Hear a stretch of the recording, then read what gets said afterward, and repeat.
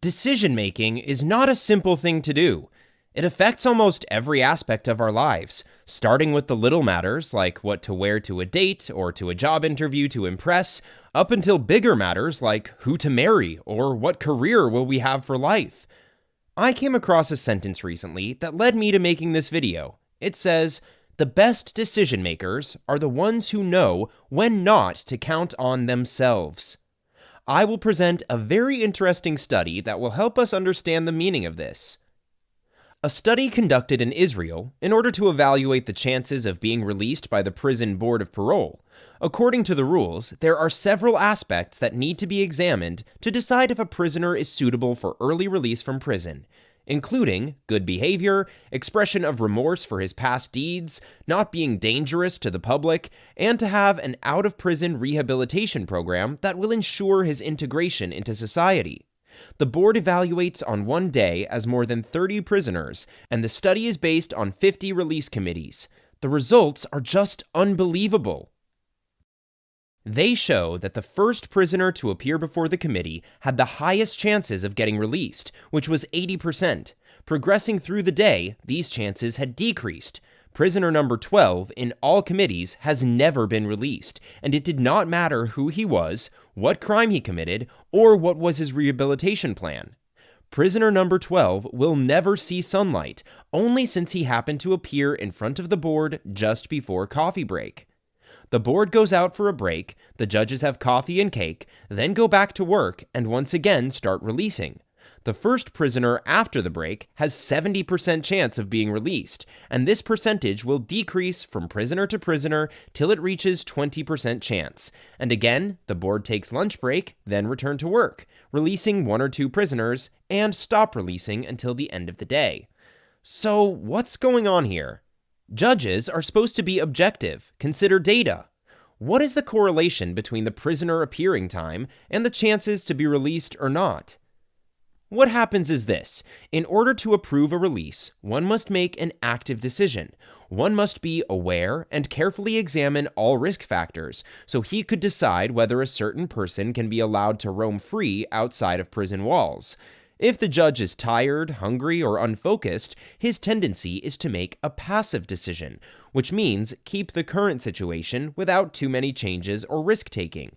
It is better that the prisoner stay in prison if the judge is not alert enough to decide otherwise. Let's go back to our opening sentence. The best decision makers are the ones who know when not to count on themselves.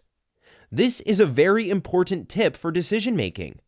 Not to decide when we're hungry or tired, because we tend not to make active decisions that changes the status quo. Many studies show that when we are hungry or tired, we tend to take easy and not necessarily right decisions. It is easier not to release. Why put the public in danger? Even very smart people fall for it. In another study conducted on the subject is a medical examination called colonoscopy, in which a camera is inserted into the body in order to find polyps, the early beginnings of cancerous growths in the intestines. Early detection can prevent the development of deadly cancer. And what did they find in this study? What you see in the graph is the amount of polyps doctors have found as the day progressed. If the examination was made before 8:30 in the morning, the doctors found an average of 2.1 polyps. If the examination was made between 8:30 to 10 a.m., the number drops to 1.8 polyps. And as the day progresses, this number continues to drop. After 1 in the afternoon, doctors found about half the number of polyps found in the morning. Interestingly, they are doctors, not judges, that exercise discretion whether to release a prisoner or not. Either they see polyps or they don't, but by the end of the day, the doctors are tired, and they have to work harder to find. And here's a second tip that is going to help you a lot in life. Whenever you want someone to make an active decision, approach him in the morning. For example, if you need a bank loan for your business, if you are an employee who wants a raise or promotion, or anything of this sort, do it at the beginning of the day. And whenever you want someone to make a passive decision, approach him at the end of the day. If you want to pass your car a smog test, do that at the end of a shift. The examiner will not have the strength to test in depth, and if there is no life-threatening issues in your vehicle, he will probably release you so he can go home early. Another tip is not to make decisions when you are in an extreme mood, not to decide to break up after a big fight, and not to decide to get married after a very romantic vacation. Postpone taking decisions until being in a relaxed state, not when you feel down or high. Don't decide anything when you are sad or nervous, happy or desperate, hungry or tired. Another important point to understand: the main difficulty in making a decision is the fear of remorse if its consequences will be negative. If we made a decision and the results were bad, the higher the chances that we will regret it. This remorse is what prevents us from trying and changing the current status, not taking risks. It makes people get stuck in work they don't like, in unhappy relationships over the years, just because they are afraid of making decisions. Remember, not making a decision is a decision by itself that can be devastating to our lives. This is called the status quo effect. A passive decision to stay is much easier than an active decision to change. In short, it means that people are afraid of change. They decide to keep a certain status because they know how to deal with it. It seems safer to them than to try and make a significant life change that is supposed to benefit them but has some risk. For example, if someone had been working for 10 years in a particular job that pays $1,000 and gets the opportunity to move to a new job where they offer $1,200, he will prefer to stay with a lower salary because he may not cope with the new job. Then he might lose his previous job also. This is true for every aspect of life, not just for money or career. People are afraid to leave their spouses because they fear not to find someone better if they separate, and so on. So, here is the third tip.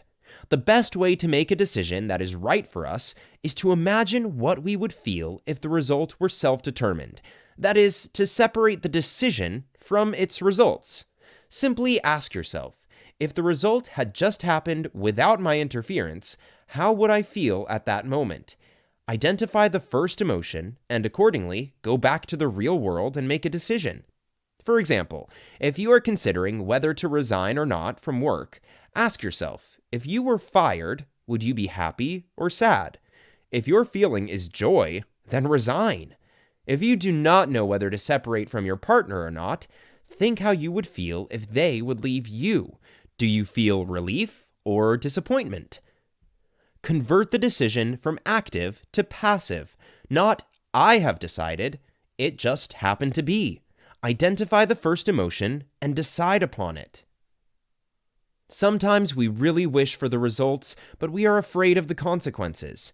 We are afraid that we will not find a job if we leave the current one, that we will not find a better spouse. Thus, we get stuck all our lives. Think of how many opportunities you missed because you fear change. Imagine how amazing life could be for you if you take the step you always wanted. How many opportunities it will open before you if you can step out of your comfort zone and stop compromising on the things that really matter to you, just fearing regret. I hope you learned something from this video. Don't forget to like and subscribe. Thank you and stay tuned.